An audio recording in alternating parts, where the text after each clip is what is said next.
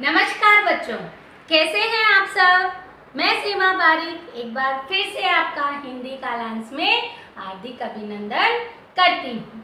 जैसा कि आपको याद होगा, पिछली कालांश में हमने जो हमारी कविता थी हम पंछी उन्मुक्त गगन के, उसकी जो कार्यपत्रक संख्या थी उसके प्रश्नोत्तर पर चर्चा की थी और साथ में मैंने आपको गृह कार्य भी दिया था। तो आशा करती हूँ आपने वो गृह कार्य कर लिया होगा। आज की कालांश में जो हम पढ़ने वाले हैं वो व्याकरण से संबंधित प्रकरण है।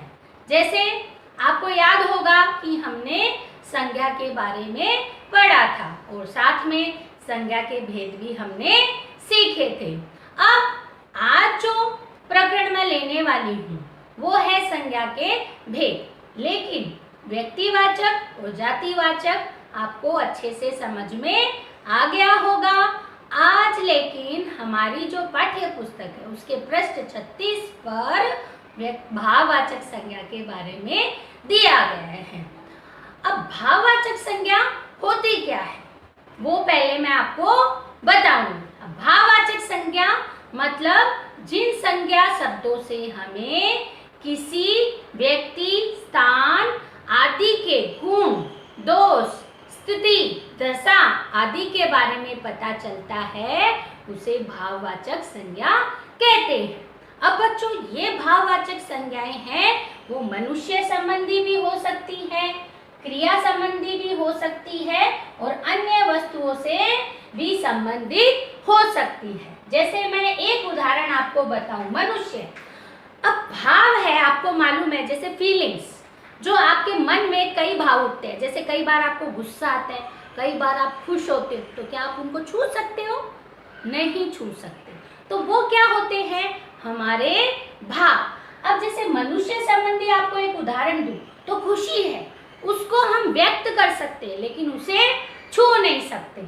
अब उदासी है, अगर हम उदास होते हैं तो हमारे चेहरे पे झलक आती है लेकिन हम उन्हें छू नहीं सकते। इसके अलावा क्रिया संबंधी, जैसे चलना से हमारी क्या बनेगी भाववाचक संज्ञा? चाल। हम बोलेंगे कि भाई इसकी चाल ऐसी है, तो चाल यहाँ पे क्या होगा? भाववाचक संज्ञा। अब दौड़, दौड़ भी भाववाचक संज्ञा है। और अगर पक्षी उड़ते हैं तो वो उनकी क्या होगी?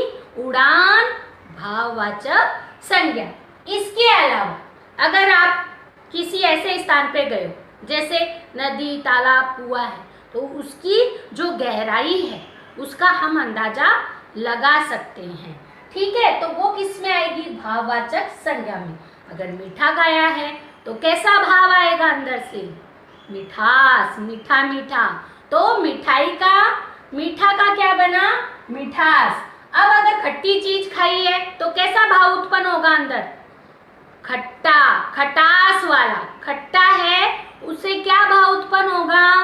खटास का भाव उत्पन्न होता है। अगर कोई गोल चीज दिखाई दी तो उसकी गोलाई का भाव हमें प्रकट होगा। तो लेकिन हम इन्हें छू नहीं सकते हैं, खाली महसूस कर सकते हैं। अब ज्यादा समझने के लिए मैं एक आपको वीडियो दिखाऊंगी, आपको उसे अच्छे से देखना है। भाववाचक संज्ञा। आज हम भाववाचक संज्ञा को समझेंगे। तुम्हारे चेहरे पर ये उदासी कैसी? तुमने बताया था कि संज्ञा के 3 भेद होते हैं, व्यक्तिवाचक, जातिवाचक व भाववाचक। हाँ, सच में संज्ञा के 3 भेद होते हैं। मैंने सही कहा था। तुमने समझाया था कि वे नाम जो पूरे समूह, वर्ग या जाति का बोध करवाते हैं वे जातिवाचक संज्ञा कहलाते हैं। जैसे नदी, पहाड़, जानवर इत्यादि। बिल्कुल सही। तुमने ये भी समझाया था कि वे नाम जो किसी विशेष व्यक्ति, वस्तु व स्थान इत्यादि का बोध करवाते हैं वे व्यक्तिवाचक संज्ञा कहलाते हैं। जैसे गंगा, महात्मा गांधी, आगरा इत्यादि।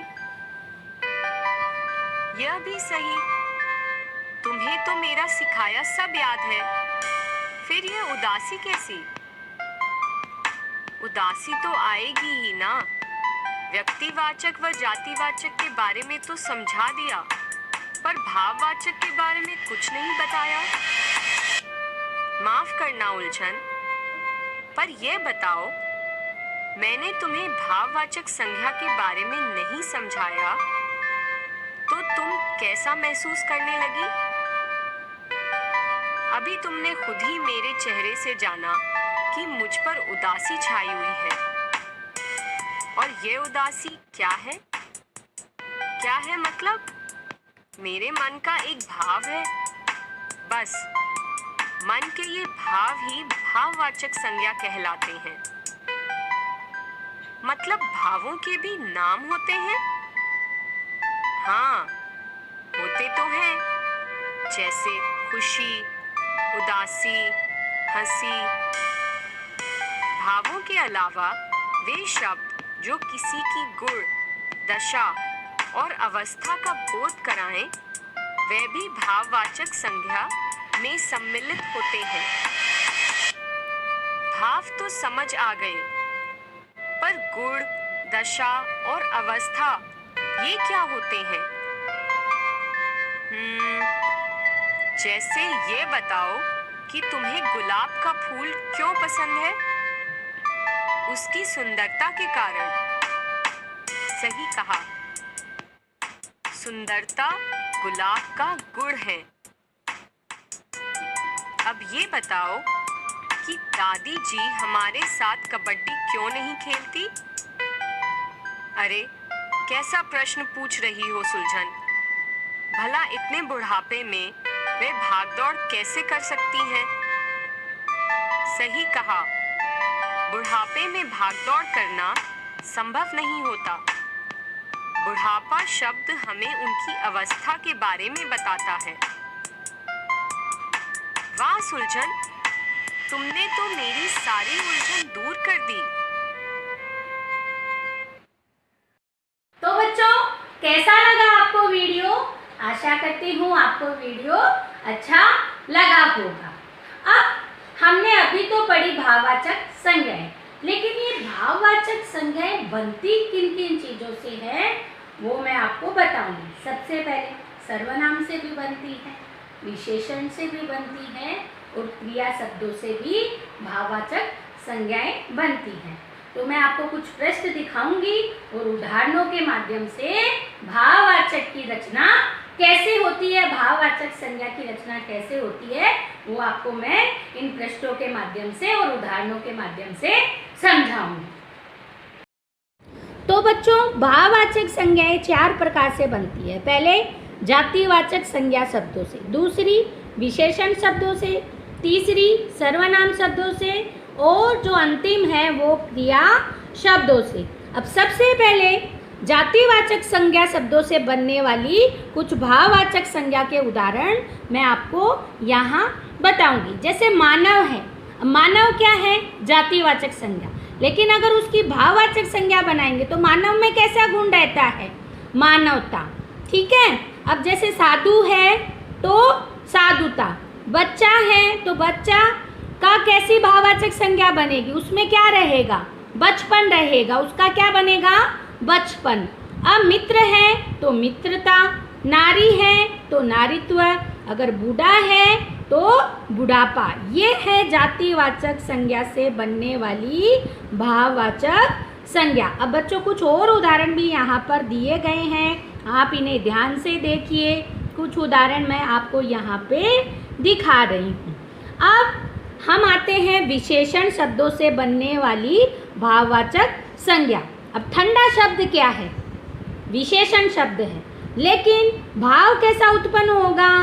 ठंडक। अगर हम ठंडा पानी पीते हैं तो हमें कैसी ताजगी महसूस होती है? अंदर हमें कैसी भाव उत्पन्न होते हैं? ठंडक महसूस होती है। अब जैसे हरी कोई चीज़ देखी, हरा पेड़ देखा तो हमें कैसी फीलिंग आएगी? कैसा भाव उत्पन्न होगा? हरियाली दिखाई देती है। अब गर्म है तो गर्मी, अंदर कैसा भाव उठेगा? गर्मी। फिर मीठा है तो मिठास, कायर है तो कायरता। अब इधर बच्चों आप देखिए, सुंदर से सुंदरता, गोल से गोलाई, प्यासा से प्यास, भूखा से भूख, मोटा से मोटापा। ये है विशेषण शब्दों से बनने वाली भाववाचक संज्ञा। अब हम देखेंगे सर्वनाम शब्दों से बनने वाली भाववाचक संज्ञा। अब अपना शब्द क्या है? सर्वनाम। अब इससे क्या बनेगी? अपना अगर कोई इंसान है तो हमारी फीलिंग कैसी आएगी, भाव कैसे आएंगे? अपनेपन के, यानी अपनापन। अब निज, निजता, आप, आपा, और स्व है तो स्वतः या स्वार्थ। फिर है पराया, तो पराया अगर कोई है तो हमारे लिए, हमको कैसा भाव आएगा दूसरों के लिए? पराया अगर कोई व्यक्ति है तो परायापन। अहम, अहंकार। अब है क्रिया शब्दों से। अब क्रिया शब्द आपको मालूम ही है, चढ़ना, चढ़ना, चलना, खेलना, हंसना, ये सब क्या है? क्रिया शब्द। अब जैसे चलना है तो चाल कैसी है, चढ़ना है तो चढ़ाई कैसी है, खेलना है तो खेल कैसा है, हंसना है तो हंसी कैसी है, उड़ना है तो उड़ान कैसी है। अब बच्चों आप इधर वाले भी उदाहरण एक बार देख लीजिए। अगर किसी को देते हैं तो वो क्या होता है? दान। रोना, रुलाई, मिलाना। अगर किसी चीज़ में, जैसे गेहूं है उनमें कंकड़ मिला दिए तो क्या हो गई? मिलावट। पालना, पालन, मारना, मार। तो बच्चों ये थी हमारी विशेषण, जातिवाचक, क्रिया और सर्वनाम से बनने वाली भाववाचक संज्ञाएं। तो बच्चों अभी हमने भाववाचक संज्ञाएं बनाना सीखा। इससे संबंधित प्रश्न उत्तर हमारी कार्यक पत्रक संख्या में दिया गया है, यानी कार्यक पत्रक संख्या 5.3 में दिया हुआ है। इसमें हमें करना क्या है? नीचे दिए गए शब्दों से भाववाचक संज्ञा बनाओ। जैसा कि हमने अभी पढ़ा था, मीठा से क्या, कौन सा भाव उत्पन्न होता है? मिठास। महान से महानता, एक से एकता, लंबा से लंबाई, सफल से सफलता। तो आपको अच्छे से इनको कार्य पत्रक संख्या में आपको अच्छे से लिखना है, जो पृष्ठ 36 पर दी गई है। ये प्रश्न हमारी कार्य पुस्तिका में यानी एप्लीकेशन बुक में दिया हुआ है। तो बच्चों अभी हमने जो कार्य पत्रक संख्या थी 5.3 पर हमने जो प्रश्न दिए गए थे उनके ऊपर चर्चा की। अब हम चर्चा करने वाले हैं कार्य पत्रक संख्या 5.4 के प्रश्नोत्तरों के ऊपर। अब उसके ऊपर कुछ शब्द युग्म दिए गए हैं और कुछ विलोम शब्द हैं जिनका अध्ययन हमने पहले कर लिया है। तो खाली प्रश्न देखेंगे और उनके ऊपर चर्चा करेंगे। तो बच्चों हमारे सामने सबसे पहला प्रश्न दिया गया है, तो उसमें हमें शब्द युग्म पूरे करने हैं। जैसे छिन्न, भिन्न, तो ये उदाहरण दिया गया है। अब जैसे हंसते, खेलते या रोते भी हो सकता है। अब लिखना, लिखना का साथ शब्द युग्म क्या होगा? पढ़ना। मार का, धाड़, भूखे, प्यासे। तो ये थे हमारे शब्द युग्म जो मैंने अभी बोला आपको अपनी कार्यक पत्रक संख्या में लिखना है। इसके बाद में कुछ विलोम शब्द है, तो जीना का क्या होगा? बहुत अच्छा, मरना, वेरी गुड। इसके बाद में है स्वतंत्र यानी प्रतंत्र, उसका विलोम शब्द होगा। अब सफ़ेद है, बहुत अच्छा, हाँ सरल सरल आ रहे हैं। काला, टूटना, जुड़ना। अब जो तीसरा प्रश्न है वो जो सेकंड क्लास के बच्चे हैं उनके लिए दिया हुआ है, लेकिन ये आपको मैं गृह कार्य के लिए दूंगी। इसमें करना क्या है? शब्दों को शब्दकोश के क्रम में लिखो, यानी अ से लेके जो अंत तक आता है स्वर, उन शब्दों को देखना है और उनके क्रम के अनुसार आपको जमाना है। तो ये है आपका गृह कार्य। तो बच्चों आशा करती हूँ आपको भाववाचक संज्ञा और जो और प्रकरण हमने किए थे वो अच्छे से समझ में आ गए होंगे। इनका अध्ययन है वो आपको करते रहना है, जो भी प्रकरण आपको पढ़ाया जाए। तो आज की कालांश में इतना ही। नमस्कार, सुरक्षित रहिए।